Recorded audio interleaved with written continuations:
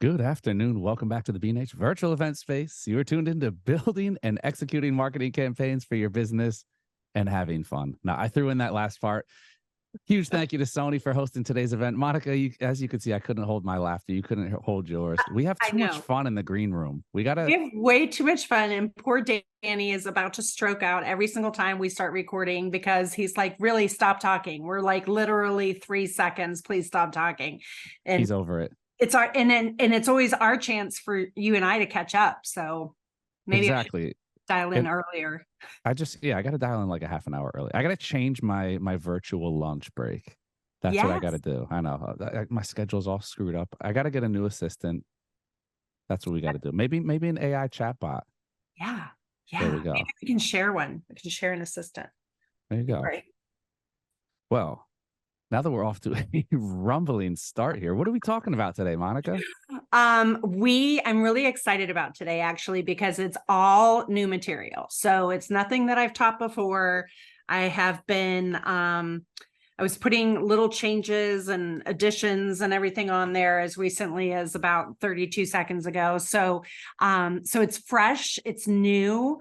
I'm very excited because I want people to start 2024 intentionally, like just be very deliberate with their marketing efforts. And we've spent the last two webinars talking about how to maximize our sales once we have clients in the studio.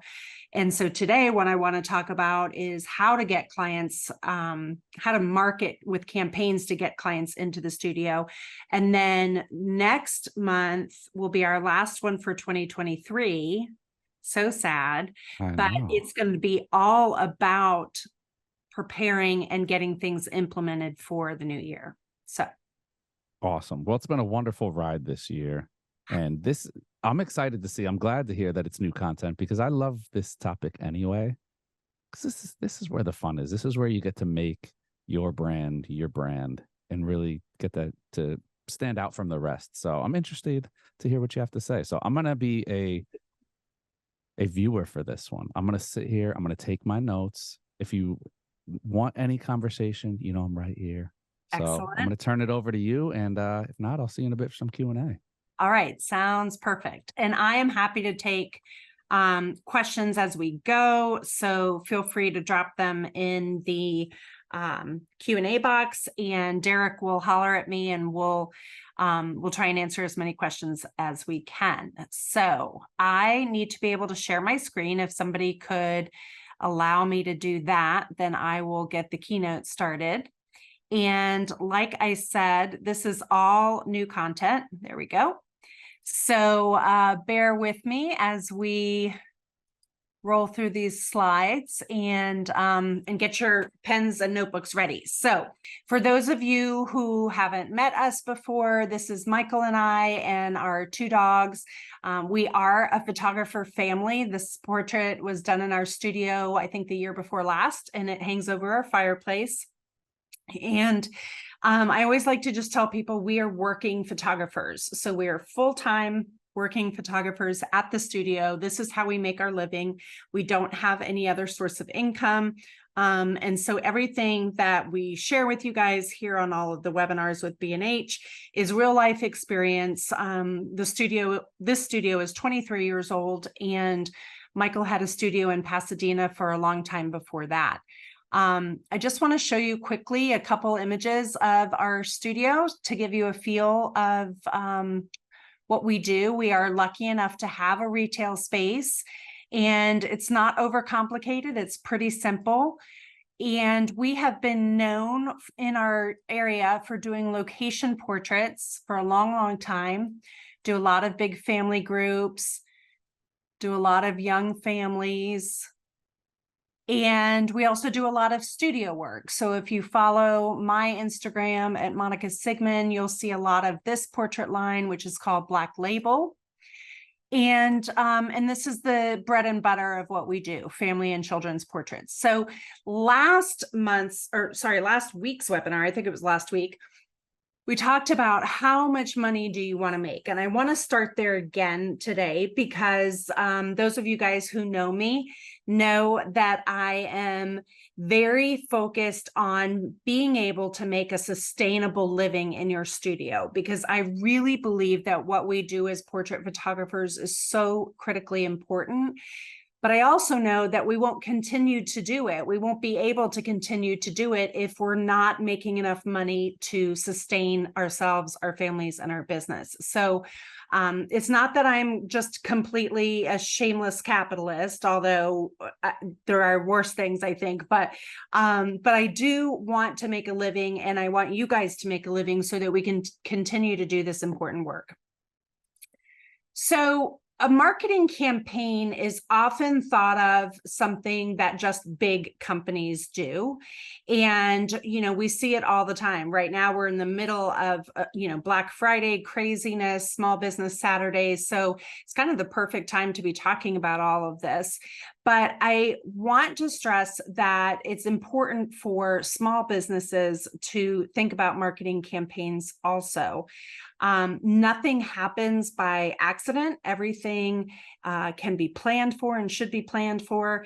And so that's where something like a marketing campaign will come into place. So for those of you who are unsure of what exactly that means, a marketing campaign is basically a set of actions, activities, marketing activities that are all working around a unified theme to get to a common goal. So it could be something as simple as family, right? That, like, for family portrait photographers, family can be a theme, or it could be something short term, and we're going to get into those kinds of things too. But basically, a campaign is a collection of marketing efforts driving you to a specific goal.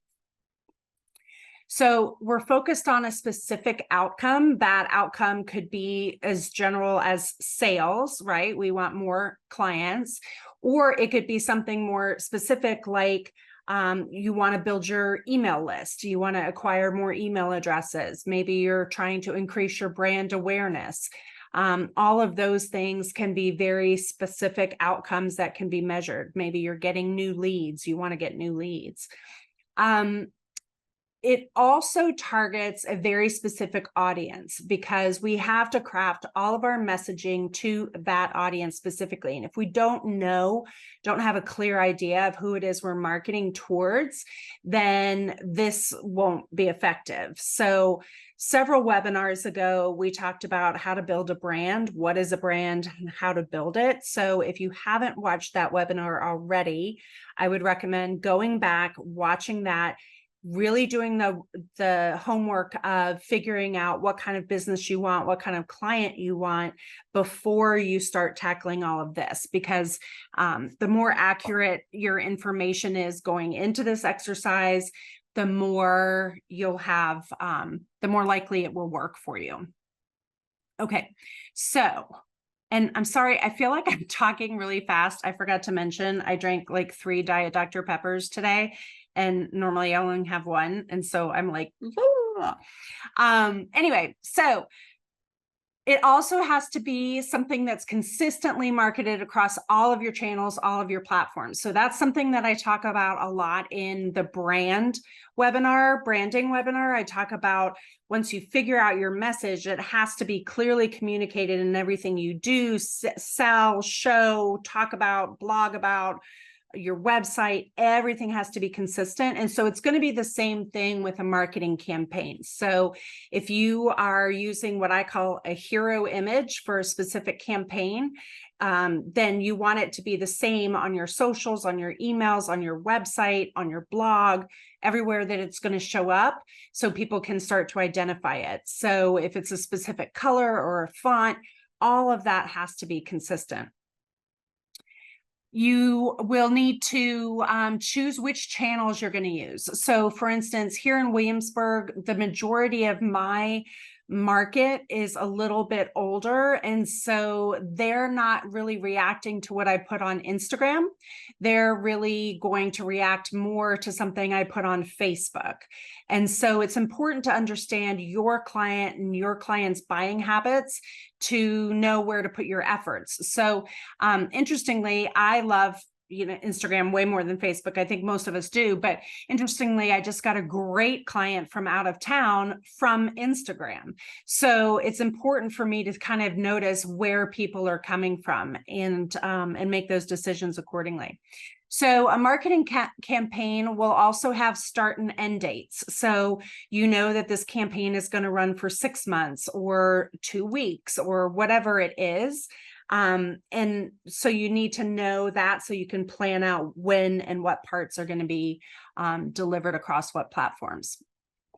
And then also you need this compelling message, right? This is your chance to add your value proposition, talk about why your business is special, why your work is special, why people want to do business with you, and make your messaging stand out. So if you think about Super Bowl ads, these guys spend millions and millions of dollars for that 15-second spot or 30-second spot.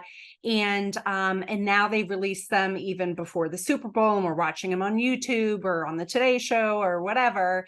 And that's because the messaging is so compelling. We all tune in. We want to see who had the most creative commercials. So just because we're small businesses doesn't mean that we shouldn't be taking lessons from the big companies. So let's just make sure that we understand that the goal is to coordinate all of our efforts around whatever this marketing campaign is, whatever the goal is, while supporting the messaging. So super important to be consistent. Go back to that branding webinar, like I said, and that will help you really drill this down specifically. So why do you need one? Why do you need a marketing campaign? You're probably thinking, I am a small business. We're actually a micro business, right? Most of us are solopreneurs or just have a handful of people with us. Michael and I are the two of us. Occasionally we'll have some help, but it's mainly the two of us. So why would we need a marketing campaign? Well, just because you're small doesn't mean that your business needs are different than some of the bigger companies. Right? So we want to always be connecting with potential new clients. For family portrait photographers, our children age out eventually, our families age out. So we need to constantly be looking for families with younger children. Where are we going to get that next generation of client?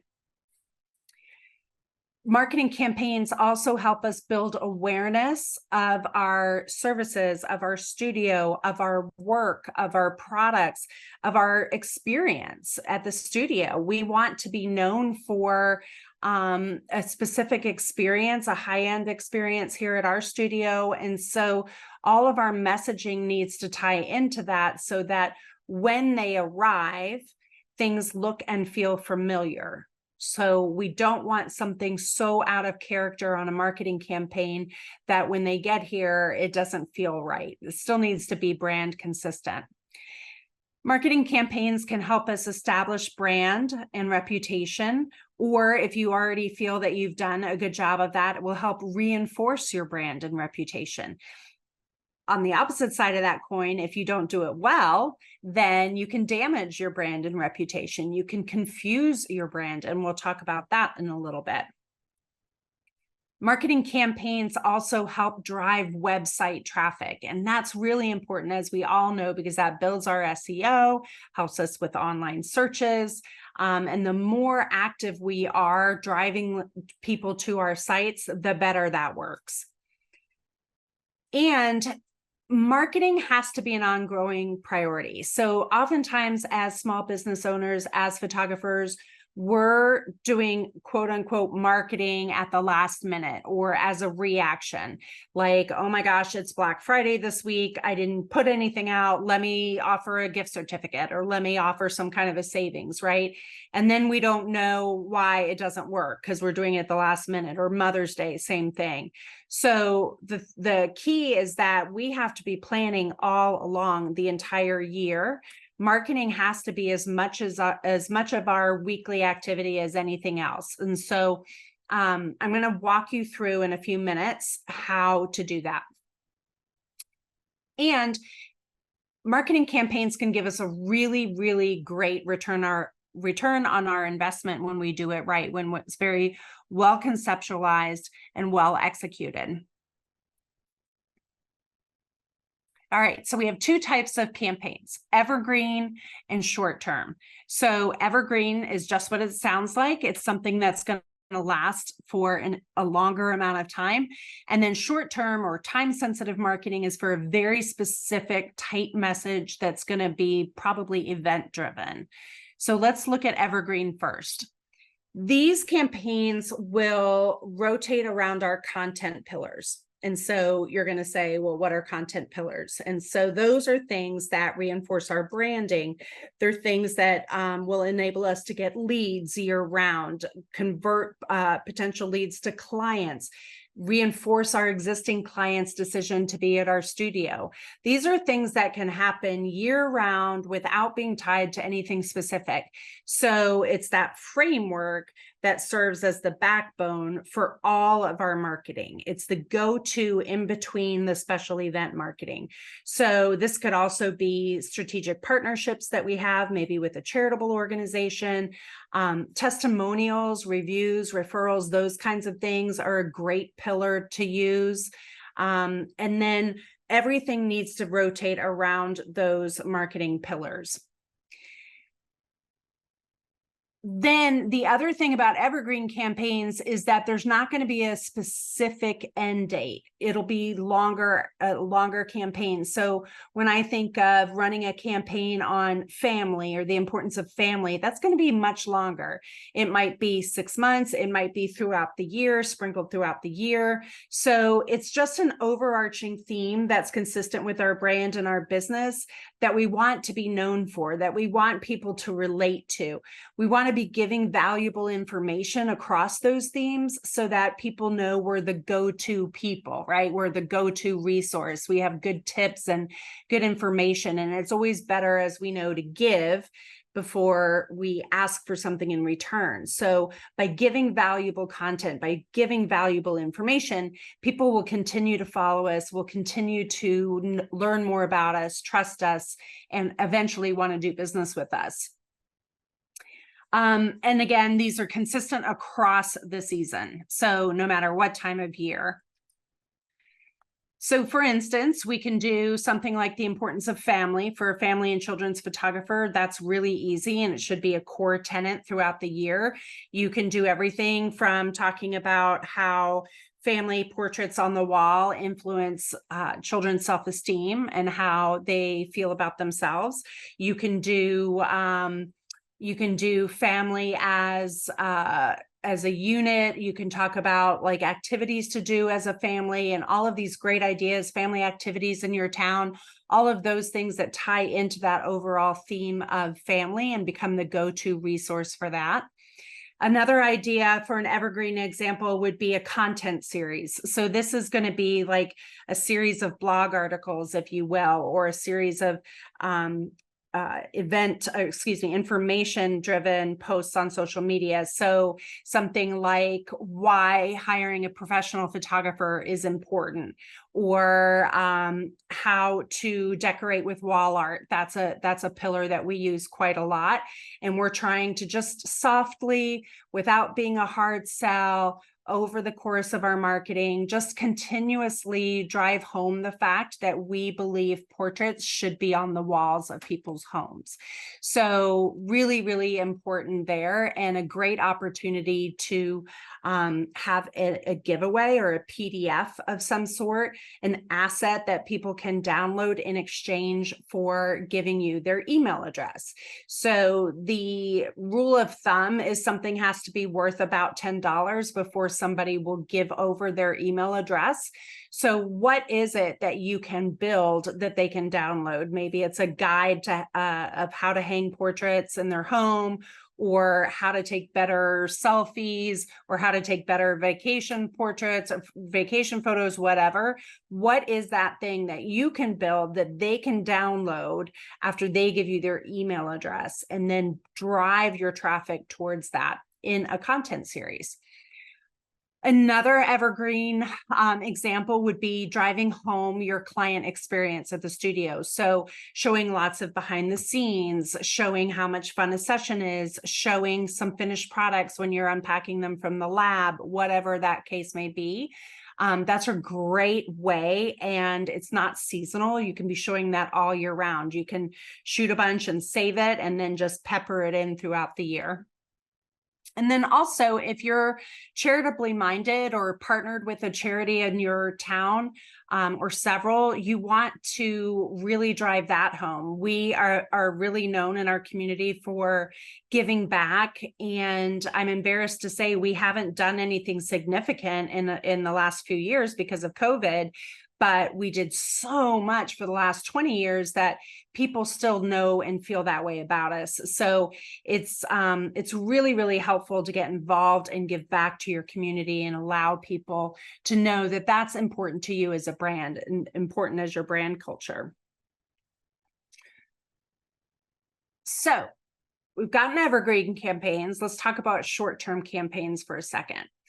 These will have clearly defined start and end dates. They're shorter, they're intense, they're driving to action.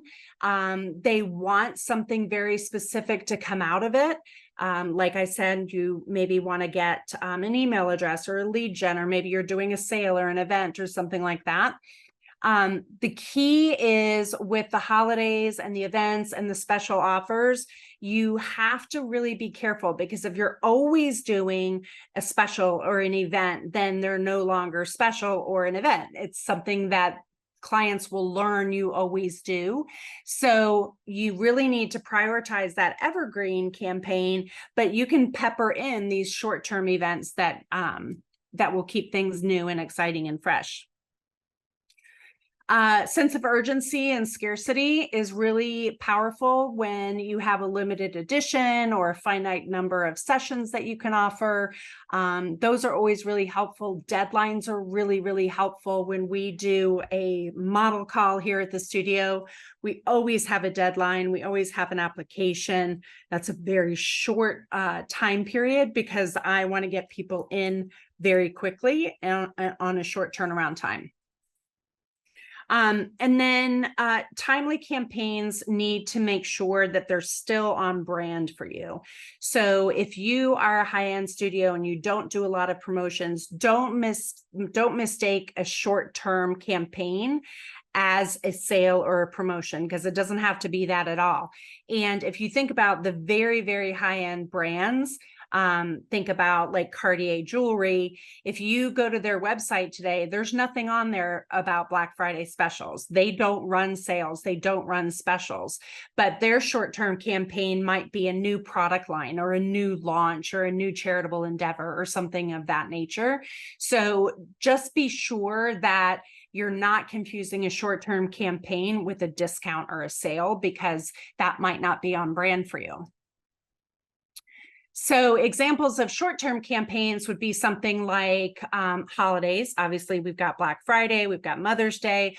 Fall portraits is a very event-specific message, so that's really powerful. High school seniors, you're working around graduation dates, you're working around yearbook deadlines, so that's a very specific time of year. You could do something like a hashtag campaign. We have a friend in New York who is a dog photographer, and her Instagram is actually called The Ways of the Dog. I highly recommend you follow her. Her marketing is different than ours. She's in a big city, we're in a small town. She does more volume, we're very low volume, but I am always watching what she does, because it always works very well for her, and I feel like I'm always learning something. So she'll do hashtag campaigns and run contests off of that. And you could do, you could encourage your clients to post images from your session with the hashtag portraits by John Smith or whatever. And so something like that could be very short term and finite, but get a lot of excitement and engagement. So that's really important. Social media contests also. Contests are, I think we have to be a little careful, again, just kind of keeping into our brand, But for instance, our dog photographer friend in New York will often do a contest and give away a session, and people get really, really excited about it. And so that's something that you could do around a short-term campaign, and even better yet, tie it into a charity or a nonprofit, something that gives your event or your discounted thing purpose, right? So I don't love the idea of us going on sale or discounting sessions or anything like that. So, but what we can do is offer something limited in nature or special in nature that's tied into a charity or an event, or raising money for a nonprofit that we believe in or that's important to our clients or what have you. All right, I'm just checking to see if we have any questions. Okay, good. So I do see some questions. Those we'll do at the end. I wanted to make sure we don't have anything related to what we're talking about right now, but we will hit those at the end of the session here. So how do we do this as micro businesses? All of this sounds complicated. It sounds like we need to know a lot about a lot of things, and how do we learn it and how do we implement it? We're only one person, all of that, right? So I like to take lessons from the big guys. They spend millions of dollars working out, figuring out what works, messaging. I pay a lot of attention. I actually have a specific email address that I use, and I subscribe to all of the high-end brands that are familiar to my clients. And so I can learn how those brands are shifting their messages or changing the way they email, or changing the design of their emails. For instance, a year or so ago, it was very common to have a lot of text in emails. And what I've been noticing, particularly in the last 6 months across these high-end brands, is they just are showing like 4 pictures, and they're like, do you want the bracelet? Do you want the necklace? Do you want the earrings? Do you want to know about that? And there's no text. There's no long explanation. There's no story behind why this bracelet is beautiful, or why this was designed that way, or anything like that. It's literally just visuals. Click on the one you want to learn more about. It takes you to that specific website page. And that's where all the information is. So by studying that, we've radically changed the way our email newsletters look the last couple of months. So we're trying to really go down that road and make our emails feel more familiar and be more efficient, because obviously there's a reason that these big brands have changed it. So first thing, like we've talked about, is you've got to know your target audience. So who is it that you're going after, and how do we need to attract them? So what are the things that matter to them? How are they used to being marketed to? What are the brands that they shop? That kind of thing. Set measurable goals. So what do you want to get? Do you want to get increased traffic to your website through a blog so that you can improve your SEO? Do you want to get leads generated? Do you want to collect email addresses? Like, what are the things that you are trying to do? Obviously, we're going to leverage our digital marketing. Blogs are really helpful to drive up your SEO and improve your search rankings. That's super important. I am on a mission this coming year to really build a robust email list. I have a lot of people on our email list, but I want more people that are engaged and really well qualified leads. So that's something that I'm going to be working on. You could even do a short-term campaign around Google reviews. So collecting those, which also help with our SEO. Track what works, figure out what's working, see where those leads are coming or those email addresses are coming.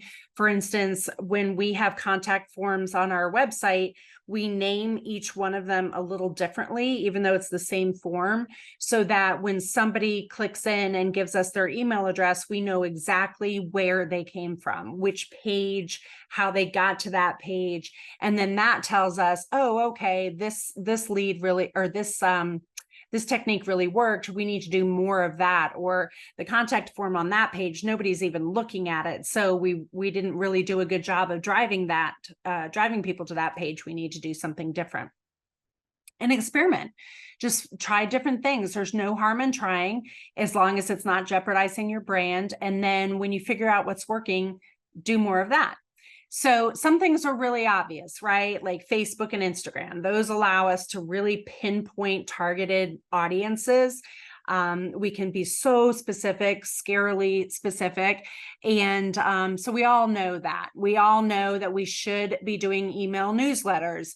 Again, the way you do that is, I think, should be different now than what we used to do. We used to write a lot more long form, and I don't think that that's what clients are interested in anymore.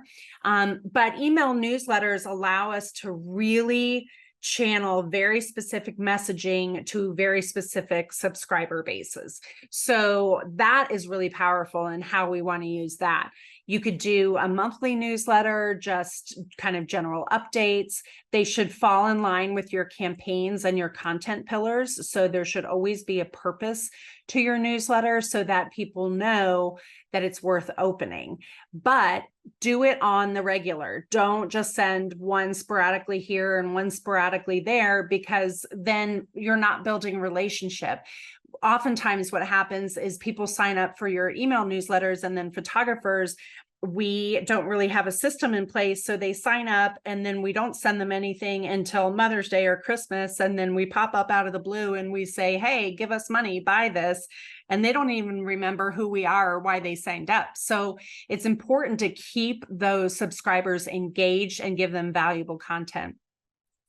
Google My Business. This may be elementary for a lot of people, but Google My Business is super important. If you can post once a week, that will drastically change your SEO and your performance in searches, particularly local searches. So make sure that that's built into your marketing campaigns and all of your social media efforts.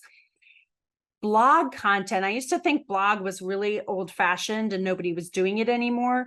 But I think what we think of as what blogs used to be has changed. So if you can think of blogs as a vehicle to deliver valuable and specific information, targeted information that just happens to live on a page on your website, then it makes more sense. So I don't want to put my 5 tips for better vacation photos in an email, because all that does is if they read the email, which is a big if, then the conversation is closed. It's done. What I want to do is have them see an email that says, hey, we've written an article about 5 ways to take better vacation photos. Go over and read it on our website. That's driving traffic and getting more engagement on your site. So that's really, really important. And this is an opportunity for you to showcase your work in the background of those articles. And then, of course, we have paid opportunities, right? We can do Facebook ads, Instagram ads, we can do Google AdWords, all of those kinds of things. I do recommend doing some A/B testing when you do that. We haven't done a lot of it, but I know some studios are having a lot of luck with it. I think that you need to be careful if you're just using them to do giveaways. I think that can start to feel a little icky, so you have to be careful with that. But there is an opportunity to get your name in front of more people if you do that consistently, consistent with your brand message. Okay, so now I want to switch my screen over and show you a little bit about how I map these out. And while I'm doing that, Derek, do we have any questions that we want to tackle really quick? Let me pull up we must not. Oh, sorry. I thought I was muted there. There we go. I'm over here talking to myself. Bueller, anyone? Is there anybody out there in the internet land while I drink my 3rd Dr. Pepper? Oh my God. I feel like I'm talking really fast. I'm sorry. Well, you just gave me permission to have another coffee. So I actually feel better about that. I won't feel guilty. Go for it. We're going to see if we can bottle this in. Elizabeth has a question. How did you learn all your business acumen, journals, web searches, school, all that? Are you classically trained, as they like to say, or is it all, did you basically just learn as you go? Um, Derek, am I supposed to be seeing your face? Because I don't see you, or You can maybe see. you intentionally There you didn't want go. me to see your face, but I wasn't there you camera are. ready. There we go. Okay. I'm back. So I am no, I am not classically trained. I love business. I love marketing. To me, it's a big game. If I wasn't a photographer, I would be in marketing. I like the psychology of figuring out what attracts people and what speaks to people. I like the challenge of elevating our brand to have the same kind of culture that a well-established big brand would have. So I do a lot of kind of studying in that way. I did take business classes, but that was like a million years ago. So I can't say that I really remember any of that. But I think just devouring information, I'm a lifelong learner. I love to try and stay on top of what's happening. I feel like I gave you nothing specific in that answer. But that's good. I mean, it's real. I think we're in an age now where there's so much information out there that all it So really much. takes is interest in something. If you have Yeah. interest in something, to put it, because you put your work into practice, and Yeah. it's not just like, oh, hey, go do this, but I don't do it. And Yeah, I think this isn't helpful, but I do think that a lot of it comes very kind of innately to me, very naturally to me. I am fortunate enough to have kind of a good sixth sense about a lot of this, and it has served us well for 23 years that we've had the studio.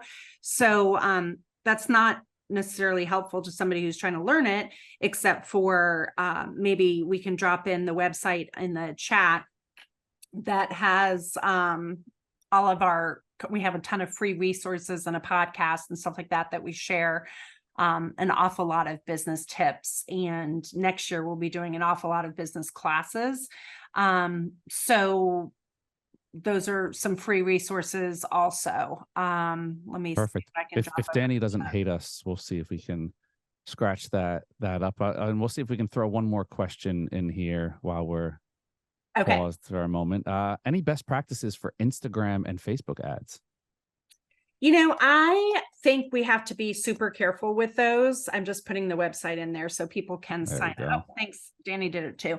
Sign up for the newsletter and you'll be the first to know all of the things. I think we have to be careful with those ads because if we're not keeping a very specific goal in mind, then we can be very tempted to just run a special or do free sessions, or, you know, a lot of photographers are doing the contest thing now, which I think is super transparent. It feels weird. Everybody's doing it. I think that the marketplace is kind of on to that idea now.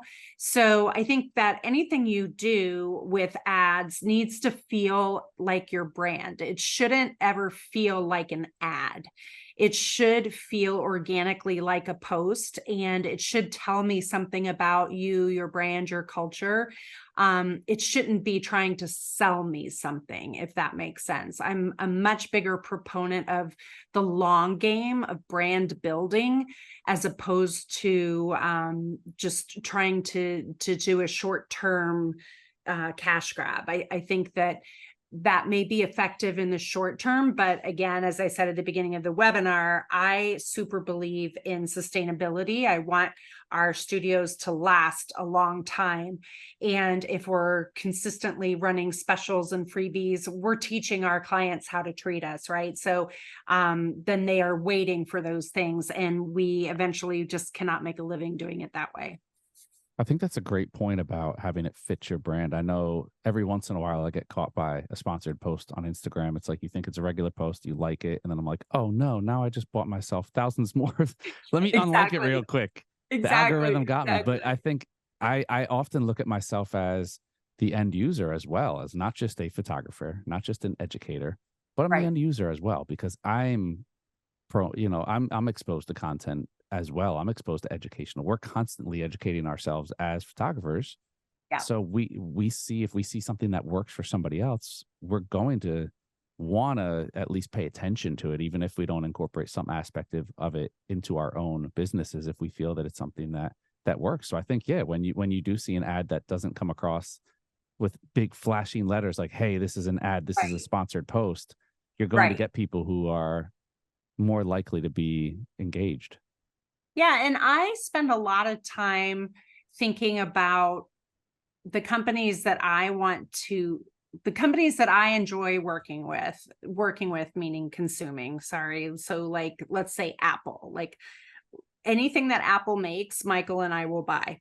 We love their products. We love their culture. We love the store. We love the way we feel when we're shopping that. We love the way the box feels when we open it. It's like all of the pieces and parts, right? Have a very consistent feel and culture. Like they run their commercials one time, with the exception of their Christmas commercials, their holiday commercials. You usually see that commercial one time, maybe twice. It's a song you've never heard. There's no dialogue, right?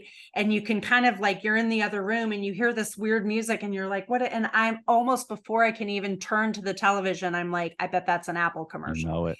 And you turn and you go, oh, Apple, you wait for it. In the end, they show the Apple and then you're done. And I'm like, I want to be like that. Like, I want our brand to be so solid at Sigmon Taylor, even though we're just a small business, a micro business. I still want that for my clients. So I'm constantly thinking about how can we build that into our experience? And it starts with their first inquiry. It starts with your web presence. What are they seeing about you on social? How does your brand feel to them? Those are things that we can control. So I think a lot of us are very passive about that. And that's why I'm so passionate about teaching business, because we do have control over it and we should have control over it. And that at the end of the day allows us to really kind of manifest our own destiny, what it is that we want for our lives. Totally. Totally. All right. Do you want to hold Yes. off on the rest and then we'll Yes. circle back around? I'm almost done with slides, actually. So I just want to show you a couple examples because, as Derek knows, I love me some charts and graphs and timelines and all of the things. So I want to just show how I'm mapping out. I lost my Zoom window now. Hold on. There we go. I just want to show kind of how I'm mapping out this idea of campaigns, because if not, my brain will go in a million different directions. And then I get to like, somebody gets to this point of the journey and I'm like, oh my God, I forgot to make a questionnaire or whatever. So I like to map things out. And so for instance, if I'm looking at an evergreen campaign, and I would just say, don't get too caught up in the specifics of this because I'm still working on it. This is actually something I'm going to have in much better shape for our next webinar in December. But for instance, an evergreen campaign. So what's your topic? How long is it going to run? Put your dates over here, build out your email schedule and your social post schedule in advance. Is it going to need a specific landing page, or is it going to be directing to an existing page on your website?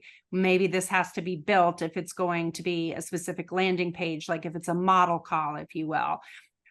Or you can create a desirable asset. Like I was mentioning before, maybe it's a download, something that we can give them in exchange for their email. You can use software like Canva. I used to be a total snob about Canva. And I was like, I am a Photoshop girl. I am a professional. Why would I use Canva? But it's so easy to drag and drop and just put things out very, very quickly. And again, we want it consistent. So design, if you're doing a PDF download, design your asset, your email, your blog graphics, and your social posts. Get it all done in Canva together so that it all looks and feels the same. You're using the same color, the same font, the same headlines, all of the things. Write out and schedule all of your social posts for Instagram, Facebook, Google My Business, LinkedIn is something that we have completely fallen down on, and we need to incorporate more next year. Write your emails. So maybe it's announcing the new blog post if it's, each time. And then start filtering. If they downloaded that asset, they start moving over here into we're using MailChimp for now, we're about to change it, but they get categorized and tagged so that they can then get our nurturing sequence, our onboarding sequence for Sigmon Taylor. And then of course, flesh out all of your blog articles determined by the length of your campaign. If your campaign's 6 months and you're going to run a blog article, you want to send an email once every other week, then that's what? 12 articles. 6 months would be 12 articles. So write them all ahead of time. And the important reason for that is because you want to have the same voice. You want to make sure they're consistent. You don't want to be rushed doing it like, oh my God, I told people I was going to send this every Tuesday, and now it's Tuesday, it's Monday night, and I don't have anything written. So just sit down for a chunk of time, build out all of those pieces and parts, get it all scheduled, and walk away from it. So likewise, let me go back. Our short-term campaign is going to be the same kind of idea. So how long is it going to run? Map out your schedule for emails and posts. What's the offer? Are you creating a landing page with a call to action? Maybe it's a shopping cart on your landing page. Maybe you're selling a gift certificate for Black Friday. Maybe it's encouraging people to just schedule a phone call with you. Maybe that's the goal of your campaign. Whatever it is has to be built. So if you want them to call you, then you've got to go ahead and think ahead. Well, let me block out the scheduling time so that they can just use a scheduling link. I'm not going to rely on them to email me, and then I've got to email them back just to set up a phone call, right? So it's like all these little tendrils of things that have to be in place so that when you hit go on this, everything's very consistent and well thought out and easy to execute. Things like, are you going to have a pop-up screen after they type in their information? If so, what is it going to say? What is it going to look like? And again, design your assets, your landing page, your graphics, your social posts all together so that they look the same. Write out your schedule, and then and figure out all of the pieces and parts that are going to be client facing, any reminder emails, anything like that they're going to get. Write your blog articles. I build these out so that there's a link to the actual article that I've already written over on a Google Drive. So as I'm building this out, I can just click this, go to the Google Drive, get the information, put it in my blog, and I'm done. So again, don't get too freaked out about this. This is not an attempt to give you every single step right now. It's an attempt to just show you the big picture about being intentional and being and really thinking ahead about, okay, well, if I put something out there for Black Friday and I want somebody to buy a gift certificate, that's great. But then what happens when they buy it? Are they getting a pop-up screen? Are how am I going to know the to and from? Am I shipping it? Are they picking it up? If they're going to pick it up, how do I make that appointment? I want things to be efficient, right? Just kind of flow chart out, map out all of the possible outcomes and design all of the things, and then you're done. So I probably overwhelmed a lot of people, but stick with me. It's okay. All right. So let me come back over to this screen. Okay. And I want to talk quickly about the 60-40 rule. Some people say 70-30, and that's the ratio of evergreen content to short-term content or time-sensitive content. So we want that evergreen content to be the majority of what you're doing. And remember, evergreen is made up of your marketing pillars, your content pillars. So that is something that you can use at any time of year, and it's going to be constantly reinforcing your brand and that framework of your marketing. So that is steady. And then in between that, or on top of that, we can put in these more time sensitive campaigns. So these time sensitive campaigns are the ones that are really intense for a short amount of time for a very specific outcome. The majority of your effort, therefore, needs to be on the Evergreen campaign. So really building out those blogs and building out the assets that people can download in exchange for giving you their email so you can build your list, whatever those things are. That's where the majority of your time should be spent. Resist going to too many time sensitive offers, because then clients will just be like, oh, here's another one. Yeah, sure. The deadline is in a week. Okay, whatever. This expires then. She'll do another one, right? So just be really careful and try not to mistake short term with sale or discount. It doesn't have to be that at all. So focus on your foundation first and then layer in the other items. So the last thought I want to leave you with before we open it up to the rest of the questions is, it is possible and should happen that you make a full year marketing calendar. And so the way to do that is to think, first of all, map out all of the holidays and events, right? So if grandparents are an important part of your business, maybe you want to know when Grandparents' Day is. We have a very large retired population where I live. So we have a lot of families come in for the summer, a lot of grandkids, and we do a lot of multi-gen sessions in the summertime. So map things out like that, or maybe you partner with a charity that has a big fundraising drive or a big gala or something like that. If you're a high school senior photographer, you want to know when the yearbook deadline is. All of those kinds of things need to be mapped out. Look at last year, even the last few years, to see when your slow times are, to see where those dips in business are, so that can be where you inject one of those short-term time-sensitive campaigns. And then kind of start to map it out, like block out what you think can go where and plug in like where your evergreen campaign can come in, where a time sensitive campaign can come in. For instance, we're working right now on our headshot campaign. That's going to be something we're really pushing beginning in December, going through the first quarter. So I have to make sure that all of that is laid out accordingly. And then don't forget your regular items like your monthly email newsletter, or if you're posting on social twice a week, 3 times a week, whatever that is, those need to be on brand and on message. So those have to be considered in that calendar. And then finally, map it out and build it. So I'm going to show you an example of the one that I'm working on. It's not finished at all, but just to give you an idea of how my poor little brain works, gosh, I keep losing all my windows here. Derek's just smiling because he knows that I love me a flowchart. I'm just hanging out. I'm enjoying myself and learning. He's like, this girl is lost her ever loving mind. Okay. So for instance, this is what I'm working on right now. So this is 2024, and I'm going to map out like, okay, first quarter, we're going to be working on headshots as a theme.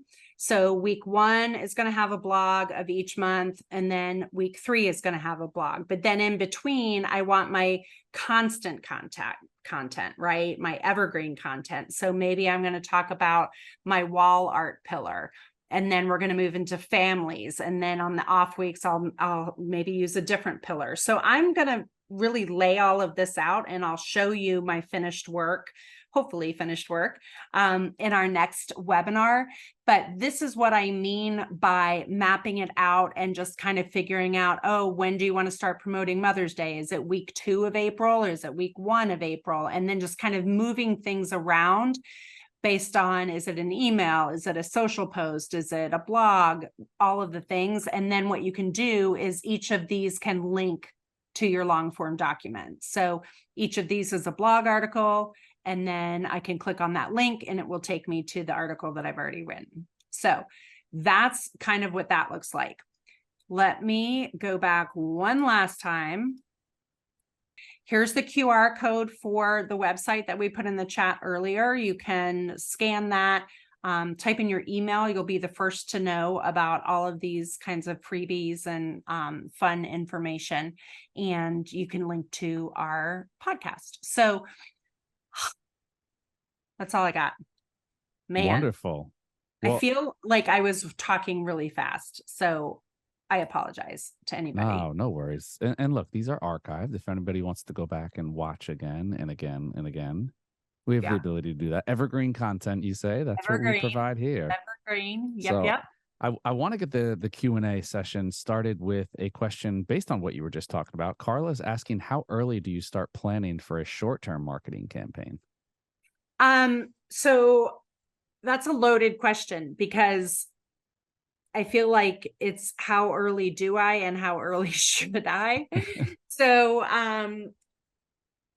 I think depending on how long the campaign is going to last will determine how much time you need to prepare it. So for instance, we're working on our headshot campaign. It will run for 3 months. That's going to take me a longer amount of time to put that amount of content together than it would if I was just running a 1-week model call.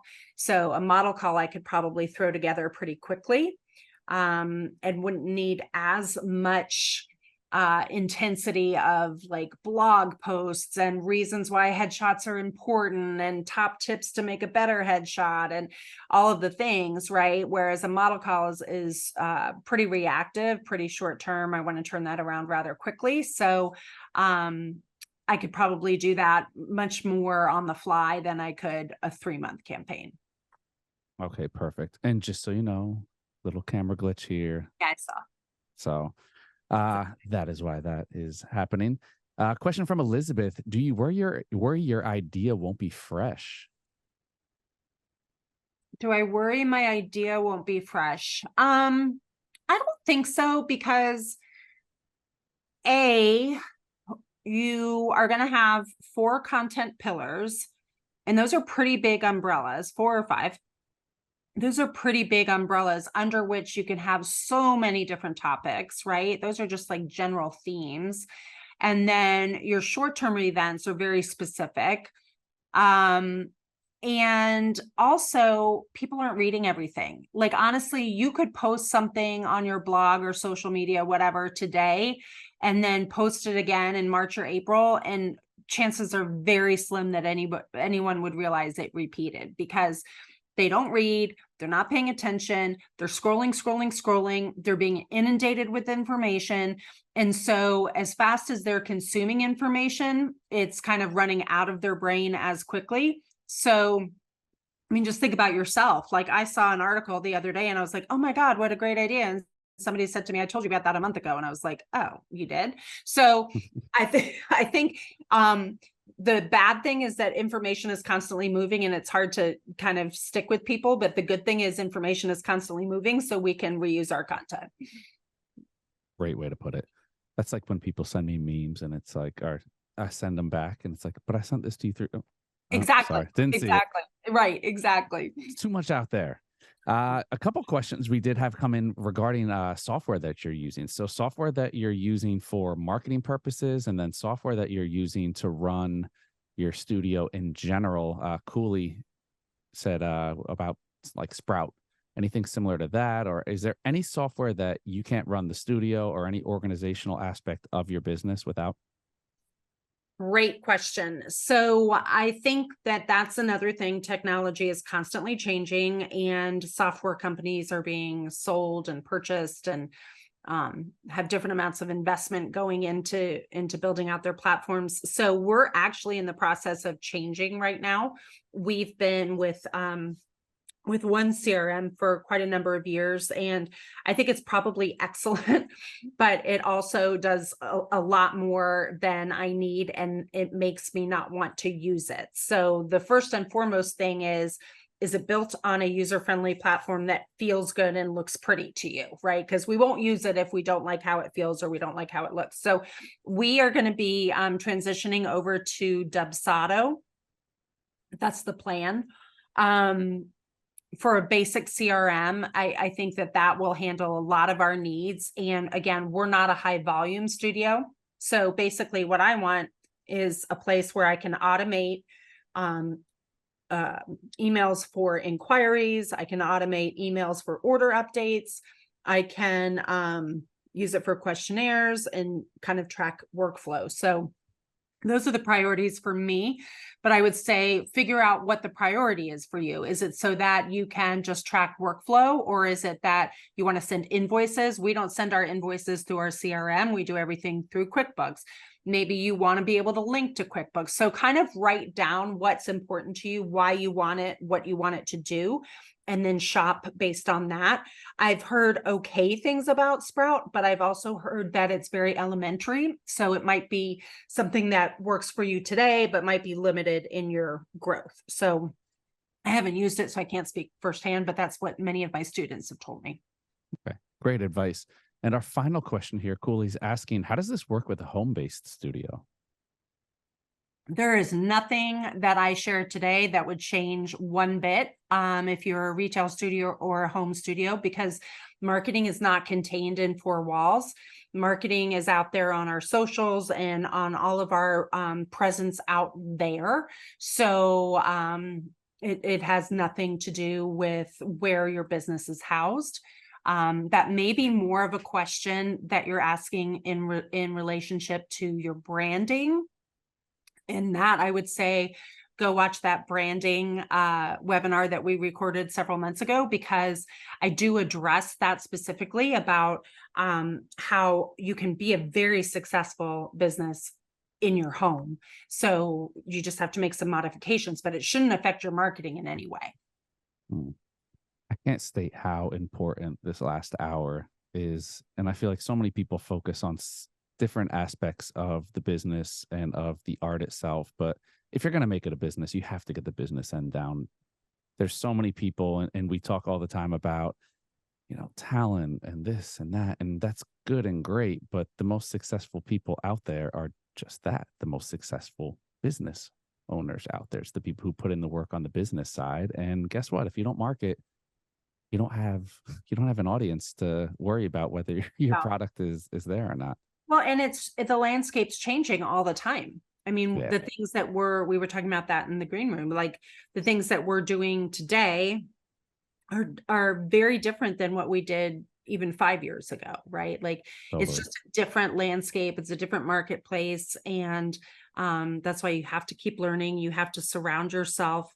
I'm very lucky. I've got some great friends who are constantly, we're just pushing each other, like what do we need to learn? We kind of divide and conquer and say, you research this and I'll research that, and we'll come back together and figure out, we can wait on this, or this one's really helpful, that kind of thing. So it's constantly changing, and gone are the days where being a great photographer is enough.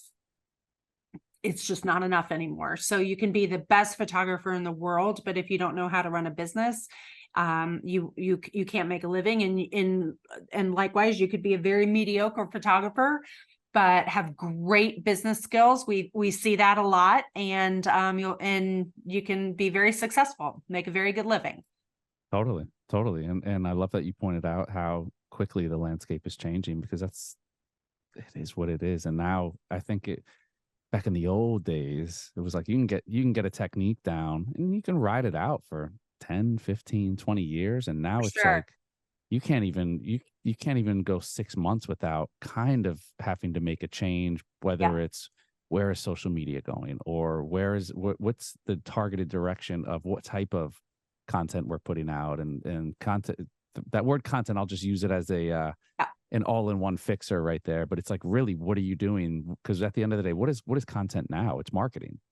Are you really putting your pictures on Instagram for people to click like and comment? No, you're putting yourself out there. You're marketing your brand. You're marketing your work to other people. Yeah, and we should be thinking about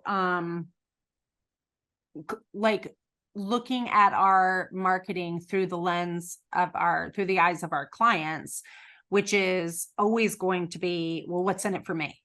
Why do I care? What's in it for me? Right? Like, as photographers, we're like, but I've won this award and I've done this and I've done that, and look at that. And they don't care. They just want to know that they're going to look good, that they're going to be taken care of, and that they're not going to be judged when their kids run around like lunatics, right? Like that's what they care about. So we have to, it sounds kind of weird, but we're not that important.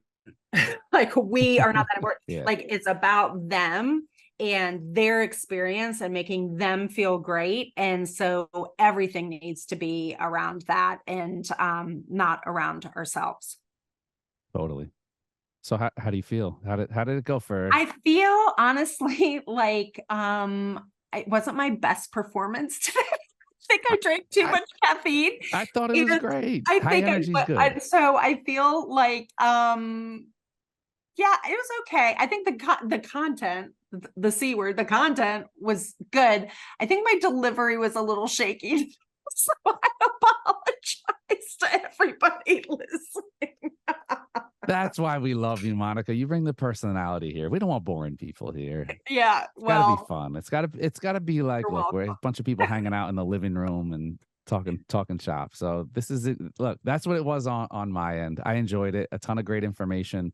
This has been a wonderful series, and I'm gonna now look to all of you out there watching in the interwebs. If you haven't caught up on everything else we've done with Monica in the past, just Google it. Go There's on. so much information. It's a ton. Look, I get it. Yes. I run this. I do that. I'm the host of this, so I should be saying this. But if you are not taking advantage of everything that we're putting forward to people for free, It's incredible what you guys are doing. anybody that is sitting here watching we've had so many success stories of people who's like, oh yeah, I used to come to the B&H event space on the second floor of the Superstore and learn and this and Oh, everything is free. And there's so much information at your fingertips that anybody can take this and yeah, spin it into I mean, that's the whole point of you doing it. You're not doing yeah, it because your business yeah. thrives on you giving away your business plan or no, it's because you want to help people take People their helped me. business and People helped me. And so I think if you have something that it could be helpful to somebody else, it's incumbent upon you to share it. But the thing is, and I know we're over on time, so I'll wrap this up. But the thing I do want to stress is companies like B&H and Sony, there's not a lot of companies out there that are still pouring the amount of resources into education and activities like this, right? Like used to be, everybody did it, but especially since COVID, everybody's really pulled back. And so if you ever have the chance to support a business that is supporting you and your industry, please do so. Please do so. Please support these businesses as opposed to, we all love Amazon, but what is Amazon doing for your business, right? Are they giving you this kind of free education? So I like aligning myself with companies like Sony and B&H because you guys really put your money where your mouth is, and we appreciate it. So well, we appreciate that. Look, we didn't have to pay her for an ad. We got an ad right here, ad space. No, but it's true. Education, it should be freer and it should be easy to come by, and it only makes the entire industry better. Like a rising tide raises all boats, and it's kind of the exactly. same mentality here, where it's like if we can come out and share information, have less gatekeeping, and everyone just building each other up, the industry, the world, it would all be a better place. And for that, I thank you all for tuning in. Huge thank you to Monica, as always, for joining us. One more session this year, as she reminded you, and we'll have to re-up. We'll have to see what else. I Maybe we're know just going to we're going to make you come up with an entire new year of content and it have has you to be new. stress out and drink 47 Diet Dr. Yeah, Peppers. yeah, totally Sounds happening. fun, right? All right. I'm with it. I'll match it Happy with Thanksgiving. coffees. Have a wonderful Thanksgiving. It's everybody out there. Have a wonderful holiday as well. We will see you guys after the break. Huge thank you again to Monica, Sony, and Thank you guys. everybody behind the scenes making this wonderful content happen. Happy Thanksgiving to you all. I'll catch you on the next edition of the B&H Virtual Event Space. Everyone have a wonderful evening.